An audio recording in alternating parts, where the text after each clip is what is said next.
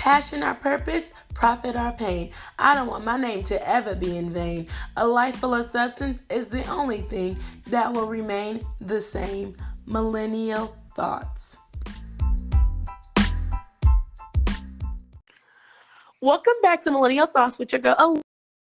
Today I am here with a special guest, mykail, and we are going to be talking about money, finances, and everything that is on people's mind at this point in time, or even in general, is always on their mind. And we're going to be just discussing different ways we can save our money, we can grow our money. And so I'm just so excited that she came on the podcast to talk with me. Herself to you, and we'll have a great conversation. So, hi, mykail. How are you doing today?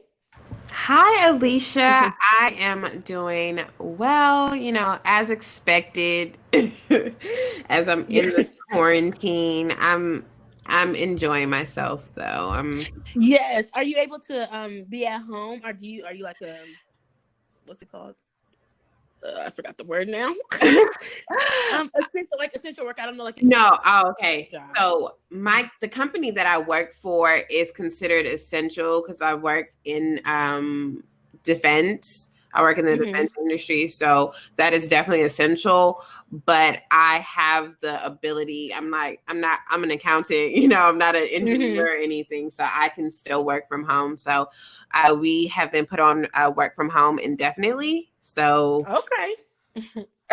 we'll see how long this takes, but yeah. So a little bit about me. I am the Bougie Budgeter, and I created bougiebudgets.com, and it is an online platform that is engaging, empowering, and educating young professionals, Gen Z, young millennials about finances and teaching people how to finance their best life. So that is my favorite thing to do, is just to teach people about money, teach people about how to really live your best life. But your best life can only be lived if it is properly financed. I love it. That is so true. Probably finance, because when you're younger, they're like, don't worry about the money. Don't worry about the money. I think I got caught up in that too. And like, money's not everything, but money does give you access and help you do other things. It's not like and I feel like that's why some people are like, no, money, like, I don't really want to worry about it, I don't really care about it. But then it's like, then you don't care about it, you don't know about it, you don't even have any leverage to even learn about it, if that makes any sense. See, and that is the goal. Like, I think that we should not be worrying about money. We should have such a control and such a handle on our money that is not a worry that we have. And it's never, I see that. Yeah, and your financial, like, money shouldn't stop you from doing things that you love to do. So in that case, that means that you have to take the time to learn and understand, about money, how to save it, how to grow it, and those kind of things, so that it becomes less of a stress factor on you. Studies have shown that money stress outweighs all different types of stress. And at the root of most stress is money.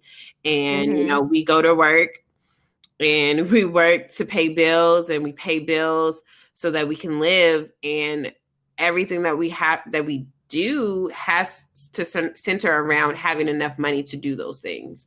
And a lot of time, unfortunately, that we aren't taught about healthy ways to view money, and how we are supposed to grow money in different ways that we can really relate to it, and uncovering some money traumas that we may have, and why we treat money the way we do. It's just so much that goes into it. And people try to, I don't know, like, I think that people try to sweep it under the rug, or then make blanketed statements like money is the root of all evil, and money can't buy happiness. I can tell you that since I have been earning well over, $30,000, since I have been working my corporate job making $70,000 a year, I have been much happier. I don't know. That's what I know. That's like I was saying.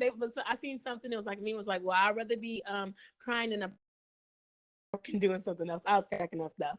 But yeah, people do try to say money is the root of all evil. Money doesn't buy happiness. And I guess to a core, because a lot of people who do have money aren't happy. But I feel like that's like, it depends on who you are. And how you use your money.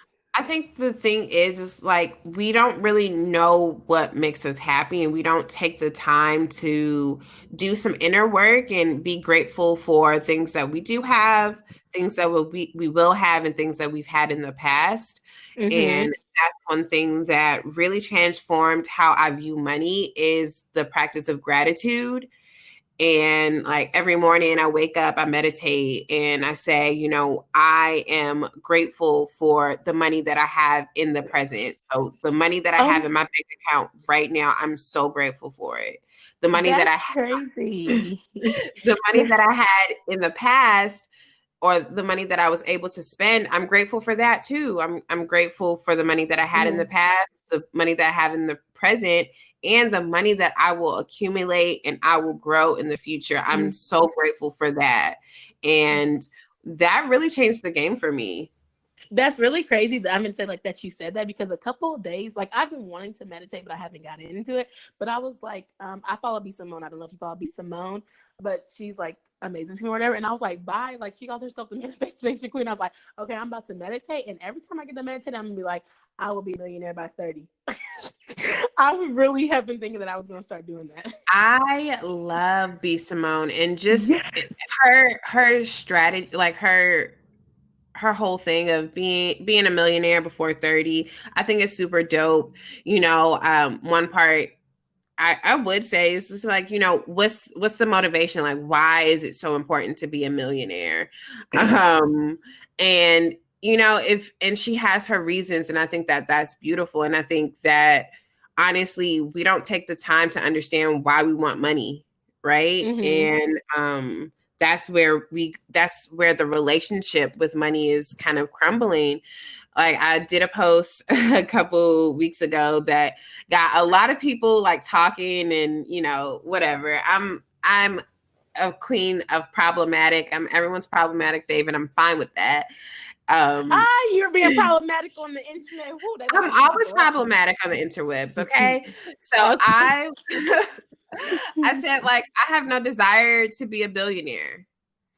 And people were like, oh, like, well, you don't have to be a billionaire. I will be, da da da. Like, and it's like, okay, y'all are missing the point of $1 billion. I don't need $1 billion to be happy. I don't need $1 billion to have enough to protect my family, to buy a house, or like $1 billion to me is not. It's not that I don't think that I can attain it.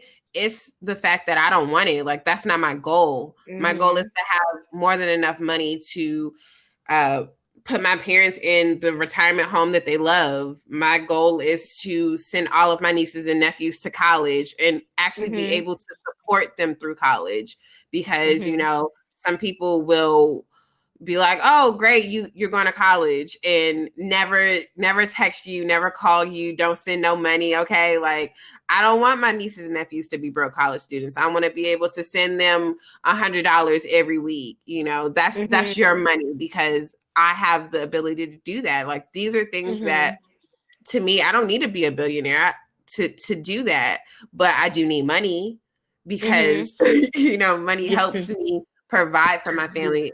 Money helps me protect my family. And that's like my whole thing. Like I'm a protector, and I see money as the way to protect my family. So I will do what I need to do to make sure that I have more than enough to sustain myself and my family. But you're just like, I don't need an abundance of money, because it's like, what am I going to do with all that money? Or like, I don't need all that. Well, like, abundance of like a billionaire, not like, yeah, like I don't need to be like, to me, being a billionaire does not what does that do for me? Like, it just tells other people that I'm a billionaire. Okay. Like it doesn't sustain me. And even like Jay-Z, when Jay-Z hit $1 billion, and everyone was like, oh, this is such an inspiration. Like, you know, people from the projects don't become billionaires, which is true. It didn't, like, that doesn't strike me. It didn't make me feel any different towards Jay-Z for him now being a billionaire than the week before when he wasn't a billionaire. Like, did B. Simone strike you anything like to become a millionaire? Now, or not really either? What I loved about B. Simone is and that's again, like, I'm not focused on the goal. I'm focused on the strategies and how she is like creating these different streams of income. And that's what is super dope. Because she had so many different streams. So she was like, you know what? I'll do some hair if I have to. Like, I'll set up some hair appointments just to do some sew-ins for some people. Okay, I'm gonna do some sales. I'm gonna sell some extra lip gloss. I'm gonna bring in some more beauty products. Oh, I'm gonna go ahead and promote on Instagram. She has over 1 million followers, like 2 million, 3 million followers. I'm gonna just promote and sell promotions $25 a piece for whoever wants to be promoted on my page. And I'm gonna sell some clothes that I don't wear. I'm gonna sell some clothes, some exclusive shirts. Like, when this girl at the end, she had like, and then she like puts out a book. Then she puts out a book and sells over 10,000 copies. Like, to me, I got that book. And I need to order me one too. Like, I just think it's super dope how she is going about it. And even though her goal was to be a millionaire, what I see from it more so is understanding that you can take your talents and transfer them and bring to anything. And I think that that's what I loved about B. Simone. So I've been following her. Like, I'm a Vine girl. Like, I've been following her since Vine. So for real, I only started really following her last year, but that's still my girl. See, listen, I was heavy on Vine. So, like, a lot of that girl, J. Cole, I loved her. And she's from DC too. Okay. B. Simone, Tokyo Vanity, Super Scent, all of, like, I used to follow Super Scent. I was following them in Vine days. So, like, they were honestly, on Vine? that's where they got their start. That's where all of them got their start, on Vine. Like, they were making those 6-second videos on Vine. And what was Super Scent doing on Vine? I know she did cosmetics, but was she like funny or something? No, yeah, she would make jokes. This was well before the crayon case. Well before it. Well before. And I think that's what's so special. And I think that's what's so special about, millennials now, that we can transcend and get so many different streams of income and make money in so many different ways that was never available. And, nowadays we don't have to just subscribe to, I have to go into work every day. I have to work a corporate job in order for me to make a living, in order for me to live the life that I desire. And it's much more than just being an entrepreneur. It's really, creating something that's lasting, creating a community. Because even B. Simone, like, again, take that example. It wasn't just for her. Like, she took the time out to, like, sit and promote people's websites and stuff. And okay, she did it for, like, however much it costs. That doesn't mean anything. It was more of, okay, she's getting money, but she's also, giving them a platform. Yeah, giving back to a platform of small business owners who otherwise would never get to, have that type of reach, have somebody who has over 1 million followers promote their Instagrams for, less than, I know less than her influencer rate. So yeah, that's true. I have my own ideology of promos, but another day. But I just think that it's just it's so dope. It's like the way she did it, the journey that she, like her journey and how she shows it. And I do show her journey. And so I've been following her for a little bit, like comedy and stuff like that. But even though, like, she was and then, like, she didn't let it stop. Like, she lost $100,000. She was on the Martin. Boom Corona. And so it's like she had to send invoices back. She had to send this stuff back. She wasn't able to get the other money. So she used, like, her talent use her different things to figure out that she could get money, which I don't know if she really put the money in from like YouTube, but I mean, of course, she also gets paid from YouTube. Yeah, and she makes her there's like, videos and stuff. so many different ways to make money now that we don't have to rely on one way. And then the other thing that I'm super am involved with and love is influencers. Like, I think that influencers are really dope, and I'm not just talking about like a celebrity that, you know, does a Colgate commercial. I'm talking about like people who are really building brands and communities and figuring out ways not just to monetize their community, but to provide value and create that space, create a way to make money and not, you know, rely. Like these influencers are buying their parents' houses and taking care of their families and things like that. And I truly admire it. I think it's really dope. It's a really great way to look at money in a different way. And it goes to the fact of, you know, creating the life that you desire. And that's all what my platform is about, is, you know, using money to create the life that you deserve and that you want to live. And it's going to look different for everybody. Do you feel like influencers are content creators? Do you feel like they're the same type of people, or do you feel like there's a difference between them? They're absolutely content creators, and I think that everyone has their different lane.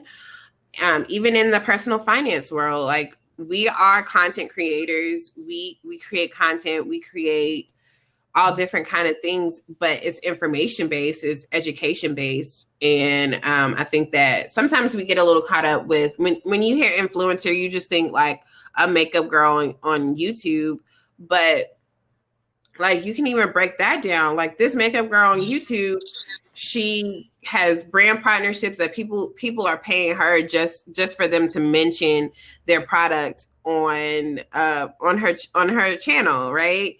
And then using their products, and then also maybe doing a collaboration where they don't even have to really go into the lab and create their own makeup. They're just, you know, picking some colors and working with the brand and attaching their name so that they, you know, that's when you get into contracts with royalties and those kind of things. Like, and it's just so many things that you can build off of just one simple idea, and one idea can stem into a whole empire. Yeah, that's true. I see what you're saying. So I have a question. What made you come up with the bougie budgeter? Like, how did you get that name? Oh my gosh. So I love this question. Actually, I don't know if you are familiar with the Budgetnista, but I am familiar with her. You love her. When I say I stan the Budgetnista, and I have gone on several podcasts and told everyone how much I stand for her. So one day we are going to work together. Okay. Have you been able to work with her yet? I have not been able to work with her, but listen, I like B Simone. I'm the queen of manifestation as well, and gratitude is the name of my game. So I'm going to work with the Budgetnista. Okay, I'm going to work with her. We are going to do something together. I feel it in my bones, and I actually heard her on a podcast, and one of my favorite podcasts, The Friend Zone, and like, just her energy, how she was explaining things, how she was really breaking down money. I was like, yo, like, I could do that. I could talk about money. I could, you know, create a way that money is fun and not so stiff. And I could do this. And I could do this because I saw her influence. And, you know, that's the power of the influencer. That's the power of, you know, just being authentically you. And so then I was thinking of like clever names. I'm like, okay, so like, what do I want to call it? And I had like a whole list of different names. And I'm like, okay, so like, what represents me? And I have always been the bougie sister. Like, everyone always calls me bougie. I'm like the bougie friend. I'm always the one that's like, oh, I'm not going to do nothing. I'm not doing that. Like, no. And I was like, okay, well, bougie budgeter. So I'm like sending it to my friends. I'm like, like, does this sound lit? Like, do you like the bougie budget? And it was like this works. And so I was like, all right, let's run with it.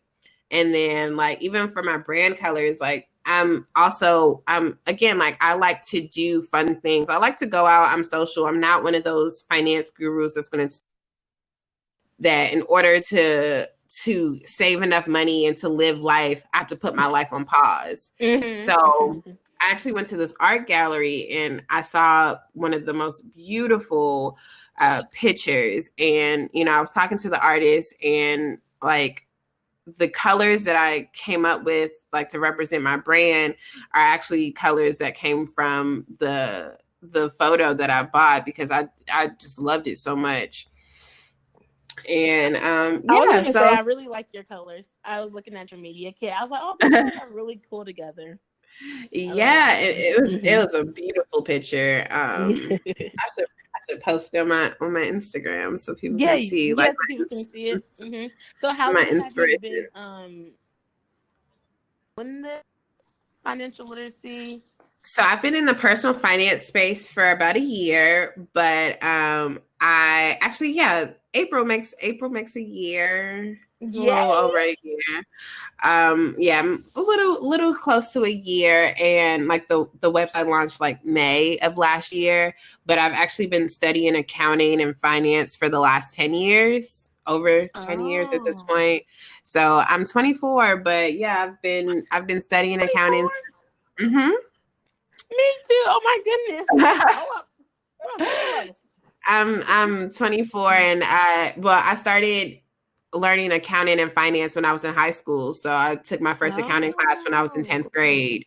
And before I left high school, I was able to, you know, do the entire accounting cycle with my eyes closed. What? That's crazy. Oh my goodness. See, I'm not financial. I'm finance and accounting, and I was like, oh my goodness, I cannot be doing this. But I do know, like, money is something that I need to learn more about. Yeah, and I think one of the main things that you should, everyone should, I want to give as a takeaway too, is to start creating a money system and not a budget. And that is one of the key things that I always like to tell people, is that people don't stick to budgets. Like 70% of people surveyed, you know, will say, like 70% of people said that they believe that a budget is necessary, you know, for your money, right? But less than 70% of people, less than 50% of people actually, less than 50% of people actually stick to a budget. So so now we're coming to a discord, and you know, why don't people stick to budgets? People don't stick to a budget because, one, they're unrealistic most of the time. Two, they're way too restrictive, like they're not flexible, especially when it comes to unexpected events and things like that. And you know, because you can't plan out your life every month or something. Like, even for me, like I'm a person, I'm a go with the flow kind of girl. So maybe this month I decided that I wanted to stay in the house all week. This was pre-corona. So maybe I decided I wanted no choice. Right. When I had a choice, and I said, you know, I want to sit in the house all week, but next week I'm going to like 3 art galleries and the bar. So like I these were all last minute events, and you know, people was like, oh, the art of saying no. And I even went through a period where I would go to bars. I stopped buying drinks at bars. So I would go out, I would go to the bar and have fun. I just would never buy a drink. And that was like an effort to make it mindful, like make my mindful spending, because I was the one where I'm the friend that's like, oh, like, do you want a drink? And I'm leaving the bar, the club with $100 tab, easy, and not think twice about it. I'm like, oh, all right, cool.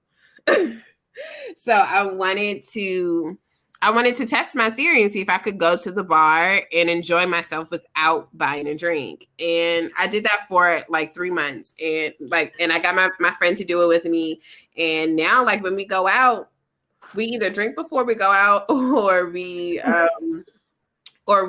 won't buy a drink and we still have fun. Like, I had to understand the triggers. But creating the money system is the key, really. And then the other thing is setting time to look at your money.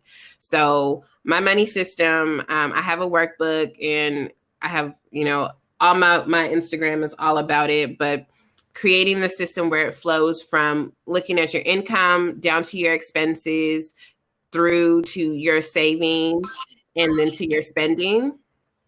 You have to know how your money is flowing through from the time that you get it to the time that it leaves your hands.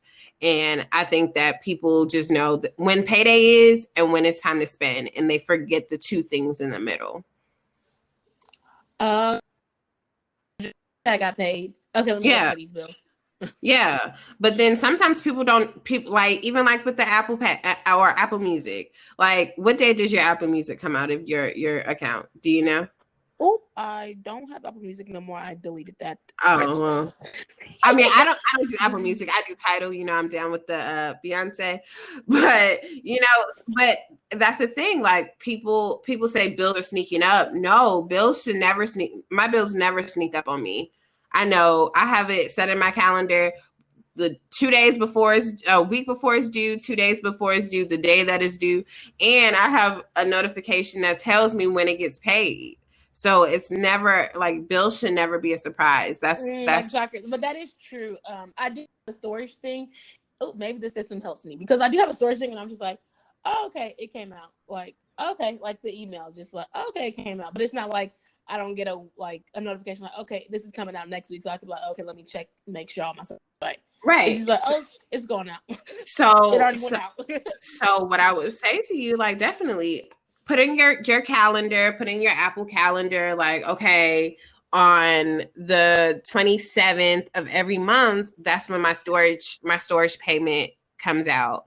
And you can set it up to a week before, it'll let you know, and then 2 days before, and then the day of. So okay, this is going to come out of my account on the 27th, and it's not a surprise. But then another thing that I'm really into is fintech and the power of automation. So fintech is financial technology. And yes, were you going? Do you follow? So you follow them? You go to their conferences and stuff like that? Sorry, that was a tangent. But I haven't gone to a fintech conference yet, but I do have a podcast, and it's all about fintech. So me and my friend, my lovely co-host Naima, we sit and we get to talk to fintech founders. We talk to other personal finance experts, and talk about different tools and apps and things like that. So automation is one of my favorite things, because it basically, like, it takes the stress out of the money, right? So when you're setting up your money system, you want to have 3 different accounts. You want to have your bill pay account, which it should be at like a large credit union, or a large to mid-sized credit union, or a national bank, something that's really easy to be accessed. And you want to have your all of your money, calculate how much money of expenses is going to come out every month, and it should only be coming from that one account. So you put enough money in there. I always like to put like a buffer, probably like between $25 to $50. Put a buffer in there and put the exact amount of money that you need to pay your bills, and your bill should only be coming out of that one account. And that way, now you will never miss a payday. You'll never miss a bill payday. Okay, your bills are always going to be paid. You're not going to worry whether you have enough money to pay your bills or not, because, again, it's already in the account. And then you're going to take that card and you're just going to lock the card up. So that is not money that you're going to spend, because you know that money is specifically there for bills.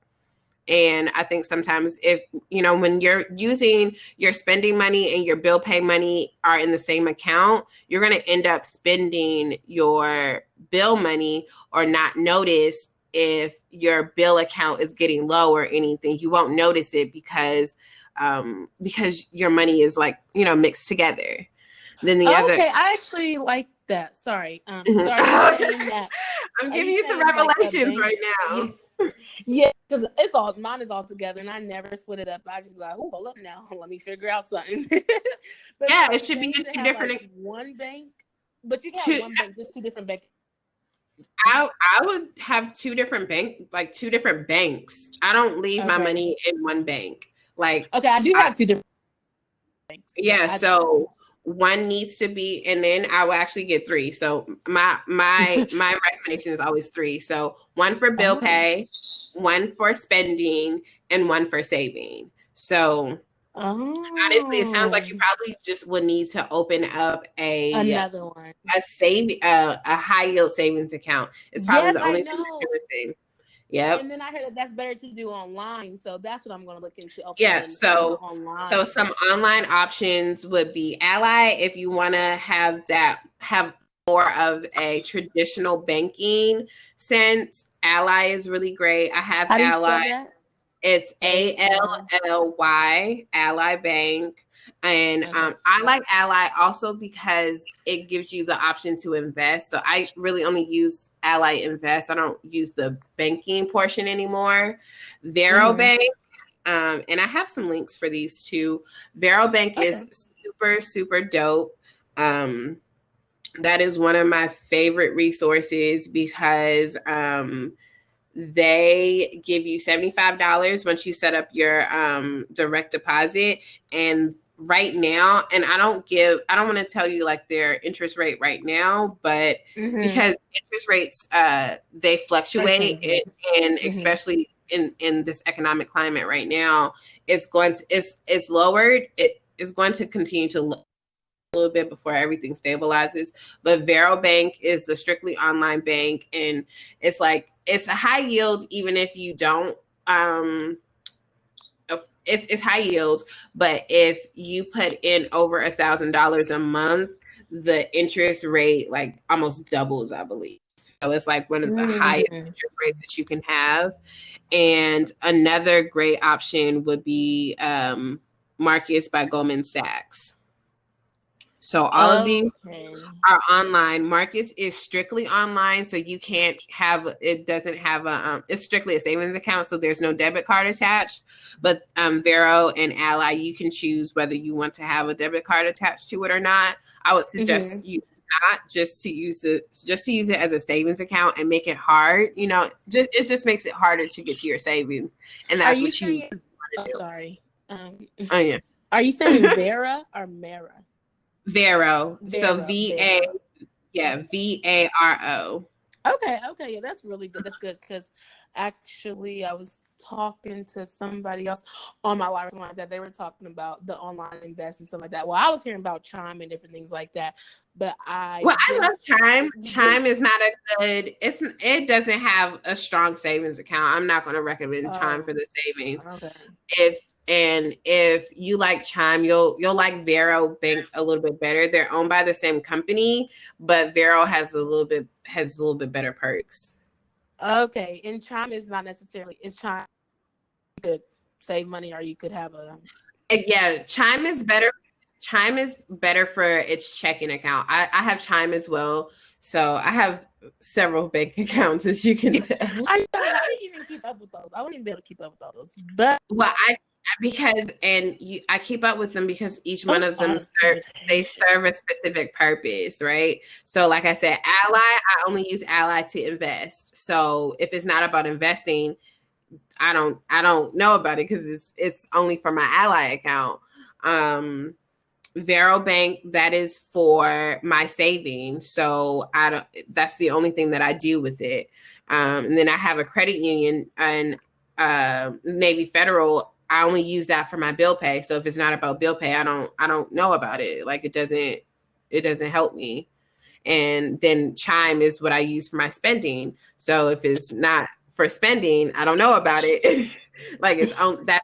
And when I divided my money that way, that's what created the system. So I know when I'm on Chime's website, I'm looking at how much money I had to spend.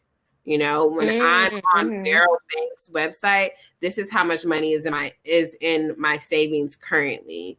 And then when I'm on Navy Federal's website, I know that this is how much money that is going towards my bills.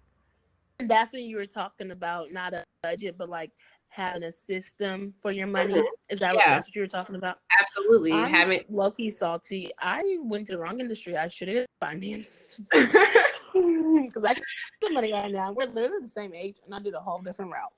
But I'm gonna figure something out. Listen, you know, everyone has different paths, and it's just I've always had a love for money. It's always been there. And I focus I focus on really creating the system and understanding, because the banking industry is a system, and you want to have a system kind of like a car, that if something's wrong, you'll get a notification. That doesn't mean that the entire system is going to break down, but you get a notification, you know that something's wrong, so you can fix it before the rest of the system breaks down, right? So that is like that's what I teach, and that's how I see money, and how I get other people to see money. Like, I don't want you to think about like all the small details. I think sometimes budgeting tries to make you think of like tiny details, like, oh, I spent too much on my hair this week, like whatever. If it's within my spending limits and my bills are paid, my savings is stacked, it doesn't matter what I spend my money on. That's true. I like how you look at that too, because then I know some people like to budget. They're like, "Oh my gosh, like I budget a pencil or something like that." It's like, dang, you got to budget $1 pencil. Hold up now, if I just can't go buy it. And then I see what you're saying in that, and so that's what I guess I was speaking to earlier, like how you love the money, how you were like into money and you did accounting. I was saying, like when you go to college, they're like, do stuff you love, don't worry about money, money will come. Do stuff you love, don't worry about money, money will come. But when will that money come? And so I feel like that they try not to put value on it because they don't want people to think of money like that. And then it's like, well, you kind of do need money. Hello? Oh, yeah. Okay. I was making sure my thing didn't mess up. Oh, no, I keep it on mute. So, so the background noise. I was like, hold on. Okay, I'll just take this part up. I was like, oh, hold on. I didn't know if my thing was going messing up. But yeah, what I was saying was like, I feel like people, I don't know, when you go to college and stuff like that, people are like, don't worry about money. Money will come. Like, don't value money or whatever. And so when you were saying that you're turning money and how you turned away to think of money. And like, yes, I do need money. I mean, I might not need $1 billion. I do need money to help provide and protect for my family. And so I think that's really important. I know this generation, we are trying to find different side hustles, trying to be entrepreneurs and figure out with our money. And so I just think it's really important now to just how our money can work for us, what we can do to sustain our money and investing our money, and just trying to figure out, okay, like, do I want a side hustle? If I do, I don't want to be an entrepreneur. Do the different things that you can have, the different avenues that you can have to make money. So I definitely think it's important. Yeah. And then what the beauty is that all of it is correct. You know, like if you want to be an entrepreneur, and you realize that is the life that you want to live, that is perfectly great.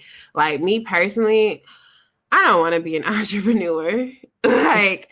And I started this platform, and people always think like, and I talk to people like, well, you are an entrepreneur. And I'm like, I am an educator. I'm just a girl who loves money. I like to teach people about money.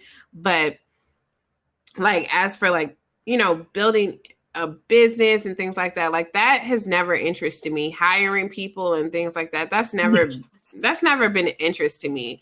But then I realized that I like to see businesses grow. So I'm like, okay, you know, when I start when I have enough money and I can start really making big investments, I want to be an angel investor.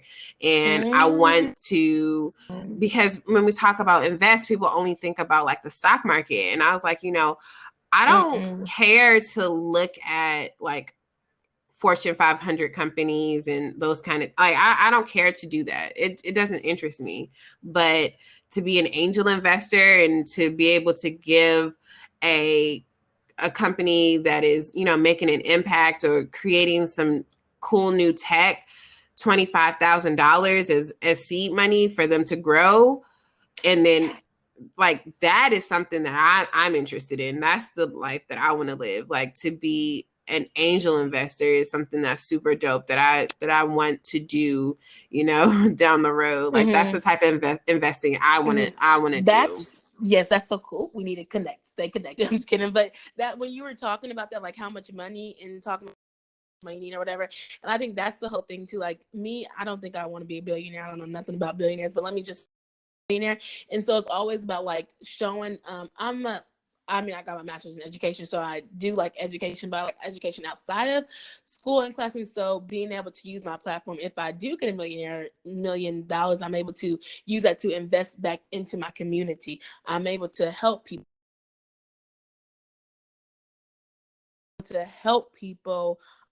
For whatever it is that like I feel that's important to me, whatever my passions is. And if I see people in the community, I can help and I can give back there. I can do different things where I can use the money that I have to be able to create the opportunities and to have the wealth and being able to give back in different things. Think it's like different ways when you have your money, different ways that people think about money and giving back or even using it. And so I really like that how you said you want to be an angel investor, because I don't even think people think about being an angel investor. Well, right now I know my dad, he has an investment company with some people, but like even how you're saying it, where you don't have to invest in stocks, you can invest in people and you have the money to invest in people, and then they'll have that return. Then you'll see your return right there. So I think that is really cool, really a dope idea. Yeah, absolutely. And then just even like how you said, like, your goal is to teach and educate people. And if that is your goal, and say your goal is to educate 10,000 people, you can't educate 10,000 people without having the money to educate 10,000 people. So as a result of working to educate 10,000 people, the money will come to you, because those are the resources that you need to establish to reach that goal. And I always say that money is not the thing. Like money can't be a goal, because it's always going to be more money that you can accomplish, like that you can grab. You can always get more money. There's never going to be enough money, because money is of abundance. And if money is your goal, my goal was to have $1 billion. So then once you get $1 billion, then now my goal is to have $2 billion. Yeah, like you're gonna continuously want to accumulate more. And it's like, okay, so what came out of that? What did you gain by getting $1 billion? $1 billion? Yeah, right. And that's what I was going to talk about earlier when you were saying that when people are like, oh, yeah, I want to be rich. But, well, what is rich to you? How much? Exactly. When you were going back and you were saying that you were like the problematic queen or whatever, like you were like, I don't want $1 billion. And then people are like, well, why don't you want $1 billion? Why don't you want $1 billion? Well, first of all, why are you asking me why I want $1 billion? Why don't you want it? Do you even have $1 billion? Do you even have it? Are you even going to get it? Are you not going to create these systems so that you won't just spend up all your money? Because then you try to say you want $1 billion. Be a billionaire, and then all you do is spend it on this, spend it on that. You don't even save it. You don't even. So how long are you even going to have that $1 billion? Yeah, and then when the goal is to make all this money, then that means you don't care how you're going to hit that billion. You just want to hit it. Like. And I was thinking doing like, everything and anything. Like, yeah, I don't want the money to take over me now. Like I think about the Soulja Boy interview, and when he was like selling the like Sony things, and and like they sued him, and he was like, well, that's how I'm trying to get to be a billionaire. Like that's how I'm gonna be a billionaire. And I'm like, yo, like that's not even something that you enjoy. You just you're just trying to make money off of whatever's going to stick is what you're going to go with. And instead of letting your passion lead you into figuring out how to create more money. Yeah, and I think that's what I'm on right now. Like I'm doing this. Like I've always wanted to have a boutique. Even I feel like a lot of boutiques are like out now online, but like even when I was younger, like I wanted to be an entrepreneur from like when I was younger. So I was like, okay, if this, like I wanted to have a boutique, you know, but you always have to have something different than what everybody's doing. So I'm not throwing no shade to anybody who's doing lashes, cosmetics. I'm not doing that, no hair, because everybody is doing it, but it's different. But it's like trying to figure out like, okay, yes, but I also want to stand up, but I also want to do something that I'm passionate about. So maybe knowing that I'm not really passionate about cosmetics may not be something that I should get going to do it for the money, because in the long run and it could do good, but then also if I lose the passion for it, well, I didn't even have the passion for it, so I'm going to be like, okay, I don't even want to do this.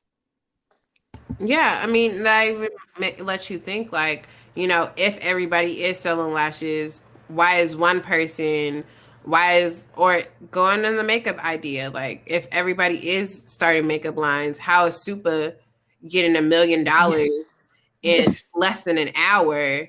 And She really did. and other people are struggling to sell 5 lip glosses. You know, it's about the passion, but it's also about the execution and the systems that you create. Like, you know, it can't just be like, this is something that I want to do, and you don't have any system. Like, I was reading this book, and it was like, winners and losers have the same goals. And like, that's true. Like, if you're in a race, everybody wants to win the race. Yeah, nobody wants to be a loser. Like, nobody's goal is to lose the race. But somebody is going to lose the race, and somebody is going to win. And the person that wins is the person who has the systems created to handle things. And that's why I say again, like, look at your money as a system, because like everything is a system. Look at your money as a system, and what systems can you put in place to continue to grow money, or to continue to, you know, save more money, continue to use the money to protect your family. Like, what systems are in place to help you? That's true. And like B Simone said, I'm like, I'm this and shit. B Simone, I mean, now she's rapping. Well, she was rapping. She did a freestyle. She said, I didn't even have to dance. In a sense, like she's not, like she was not going to do. She was going to by any means necessary, but she wasn't going to do something out of her lane to get to her $1 million, because she knew that it wasn't going to work. Yeah, stick to your lane. Stay in your lane. Yeah. So I think that is very important as well. A cool idea. And so she really, I mean, I've always wanted to be a millionaire. I think I just wanted to be a millionaire or whatever, but like hers was like, okay, inspired 5 years. And she moved to Atlanta in 5 years. So I'm just like, okay, I'm gonna figure something out. I'm gonna get on some type of money train, but it's also to be an impact and to give back to the community and be able to see. And I think the representation part is what's big to me too. Like we're both 24, like we're young, yes, but like I don't know, when you were younger, if you've seen like Black millionaires, which I mean, I guess like besides the music industry and some other things, like we probably know Oprah's a millionaire, probably a billionaire, but I didn't know that when I was younger. And so just now looking at it, I want to be able to be that person or be that woman or whatever, like that child can look up to and can see, like, if I could do it, then you can do it, you know? So it does depend on like what your platform is on and what you're doing, what you are striving for, and whatever lane you're in. Yeah, absolutely. And when it comes to, again, like that is even why I got into the personal finance space, because of influences of people that look like me. I'm studying to be a CPA, or it's a certified, certified public accountant. And I didn't meet my first Black woman CPA until I went to college. Like when I was around my professors. I mean, I knew like when I was in high school, my accounting teacher was a Black man. So I knew that Black people were accountants, but I had never seen a Black woman with a CPA. And, you know, these are things that are necessary for us to know. There are little kids on YouTube making millions, make more money than me, playing with toys. Like, that's so funny. and it's true. And I think that we just have to learn how to appreciate and figure out how to get creative with our money, because at the end of the day, you could make $1 million but if you spend $1 million, you're still zero. You're still not a millionaire. You're still not a millionaire if you make $1 million and spend $1 million.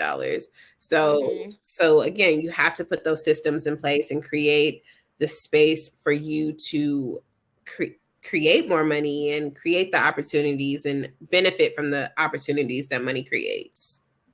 Oh yeah, I definitely agree with that. And so, speaking a little bit more about like your platform, so you said that you're not really interested in like being an entrepreneur, but you're interested in being like an angel investor. So with your platform, I know you said that you have workbooks and stuff like that. So do you do, and I know you speak, but so you're not really interested in like having that be your bread and butter, in a sense. You're just like, I want to help people learn about money. I'm going to just provide like some resources for them, but I'm also going to still work a 9-to-5. Oh yeah.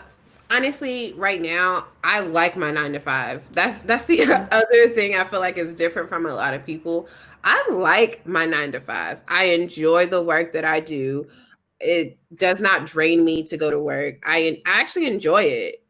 And I like going into the office. I like what the 9-to-5 life also gives to me. I like the structure that it gives to me, and I don't have a problem with it.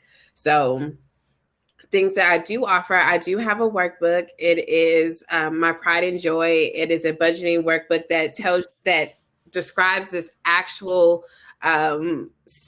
system that I've been describing, and really breaks down the different types of accounts that you need, how to think of your money moving from the income flowing through down to your spending account, how to set goals, how to create habits. All of those things are in the workbook, and it's really all inclusive. It's fillable, and it's all digital. We were going to do some prints, but because, Corona, I want to just make sure that it's accessible to everyone. So it's a digital ebook for anybody to go ahead and, start working with and take the time to set up their money system. So, and if you use the code THOUGHTSPOD, so Yay! Thoughts, POD.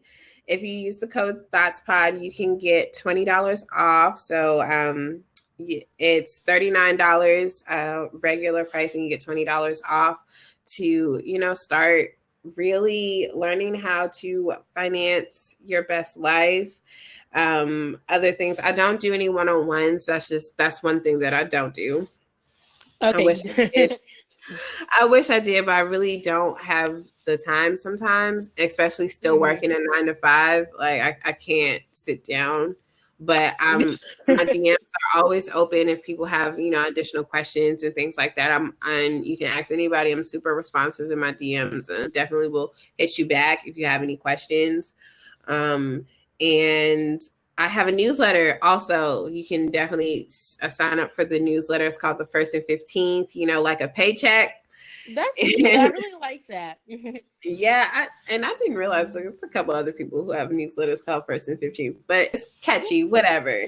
So the 1st and 15th, so I give, money tips, updates, and resources and things like that to my email list. So if you want to be a part of it, I will also send that link for you to let people add themselves to the newsletter. And I think that's about it. I do host workshops and things like that too. Do you really stick to, I don't know if you were born and raised there. Well, I mean, I listen, I like to travel, girlfriend. I am born and raised in DC though.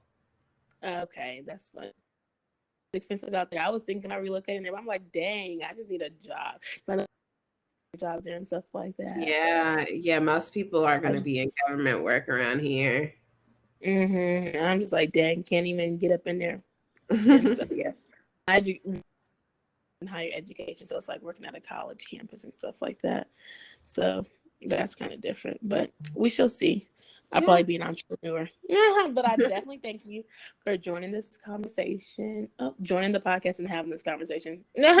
Absolutely. Didn't want to take too much of your time. But I was like, okay, this has been good. Like this is a long gem dropping episode. I need everybody to listen to it, share with your friends. We're just two young people out here who are trying to make it. Oh my goodness, when do you turn 25? In November. Oh, yeah, okay. I literally just turned 24. Okay. Oh my goodness, that's even good. But I'm just like, I need y'all to quarantine right, so we are not in the house for the rest of the year. That's what I was gonna say. Yes, so thank you so much for coming up on this podcast. I hope you enjoyed yourself, and thanks for the gems. And definitely will be staying connecting with you on Instagram and Facebook. Absolutely. At the Bougie Budgeter.